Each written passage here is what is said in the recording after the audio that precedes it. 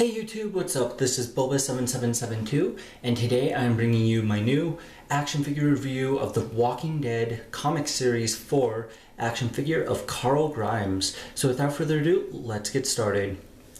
So I'll go over the packaging first. Down here you can see Carl Grimes, his name printed in front of these black and white zombies. On this side it says Series 4. And on this side, we can see the logos to some important companies. Image Comics, Skybound Entertainment, and Mcfarlane Toys. Up here, we see the Walking Dead logo over some black and white zombies, and then some blood splatter with 13+.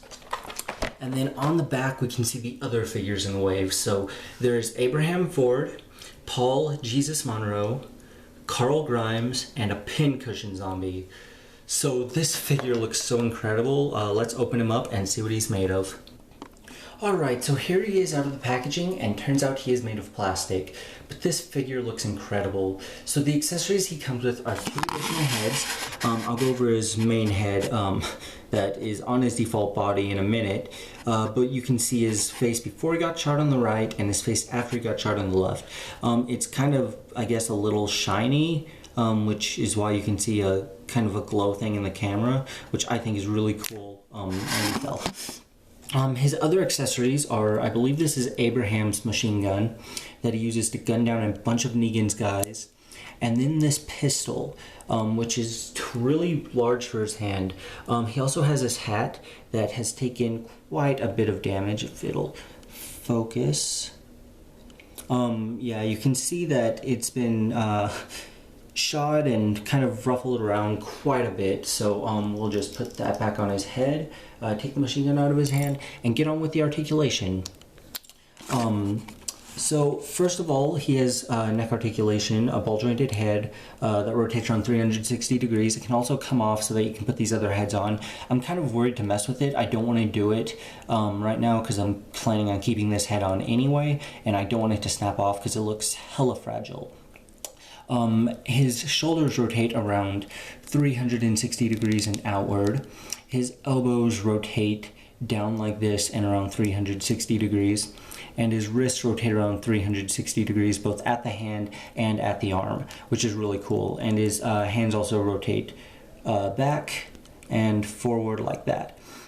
He has no waist articulation. His leg articulation is pretty hindered by the skirt thing. They can move, but not much. His knees will bend backwards like that, rotate around 360 degrees, and his feet, will rotate around 360 degrees, though I wouldn't recommend it because there's absolutely no need for that. So let's take a closer look at this figure because he looks amazing. Yeah, here's all the packaging for the figures I've been reviewing. So here is a close-up of his head, and I think that he, come on, focus. I think that it looks really cool. You can see the bandage there, and I'm gonna have him with the hat on, which looks really cool. He has his jacket, which the detailing that they put in the jacket is just really nice. There's some shiny parts on him. Pardon me. And then the bandage kind of goes through his hair. You can see it disappears a little bit. It looks like the paint is actually running through with the bandage, which kind of sucks. Because I don't think it's supposed to do that. Like, the hair color is all in the bandage, and yeah. But go down, we can kind of see his blue shirt hanging out. And that's really it for this figure. He's an incredible looking figure. However, he's probably the worst of the wave. I haven't checked out the pincushion zombie yet, but compared to Abraham and Jesus, he is not the best of the wave. And the reason why, and I totally understand this, is probably because he's a kid, and with the kids, they can't give him as good as articulation. He kind of has the same articulation as Clementine, at least from what I can tell. His legs don't really move too well, which is kind of restricted by the jacket, but also just because he's so little. And also, they don't have the new articulation like this, you know, in the legs that Rick can do here. But here's Rick standing next to Carl, which I think looks really neat. It would look really cool to have him like that.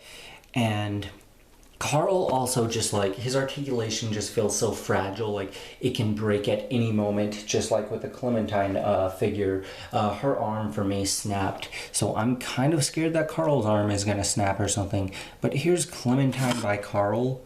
I'm not sure if this can be taken as a canon representation of their size comparison, but if so, they're about the same size roughly, and they both wear really cool hats. But that's pretty much it for this review. I would give Carl a good 4 out of 5 because given the limitations on the figure for being, you know, a kid and with the jacket and everything, they pulled it off really well. Of course, it could have been better. They probably could have added the leg articulation somehow, but I really enjoy this figure, and he's one of the most wanted figures that, you know, I've been looking forward to this year because we've had like Rick and we've had Glenn and Andrea and just a bunch of characters, and I was like, well, Carl is my favorite in the comics. We really need a Carl figure. So it was really great when they announced him. I found this at Toys R Us for $14.99 plus tax, obviously.